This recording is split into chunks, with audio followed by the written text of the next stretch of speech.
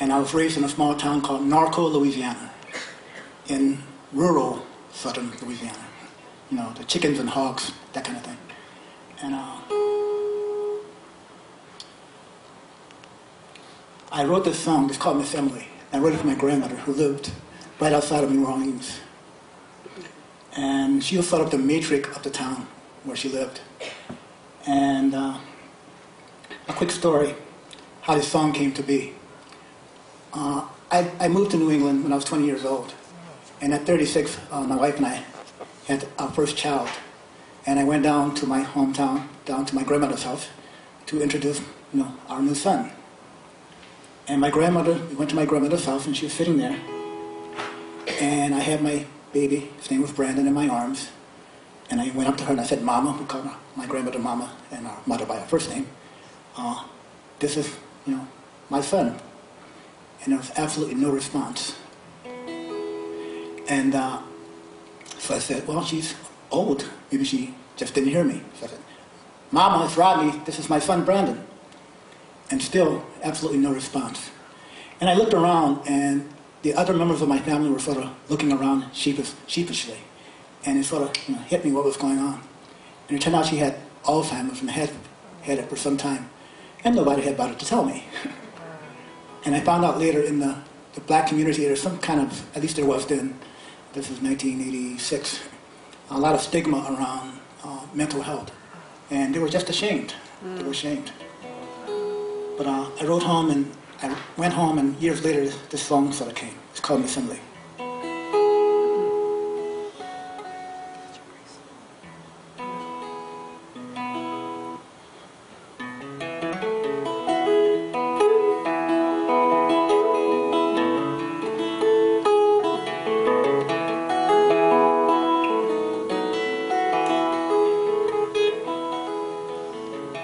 Miss Emily goes down to the New and Dixie. All the way she's talking to herself. When she gets there, she just keeps on talking, conversing with the groceries on the shelf. The white folks, they pretend that they don't see her. Colored shake their heads when they force a smile. But Miss Emily don't care what folks think about her, no. She just pushes her empty basket down the aisle. 'Cause Miss Emily lives in a land uncharted. She has slipped into a room that has no door. To a land where none can follow, to a place where none can go. Miss Emily, you see, she don't remember anymore.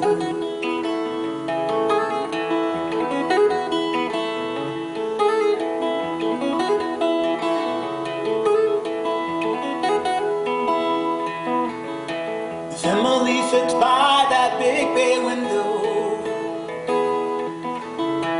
cotton rag held loosely to her lips, watching as the world goes by without her, like the landlocked sailor watches ships. She don't know me and she'll never know my children. I wonder if she knows that Bam was dead.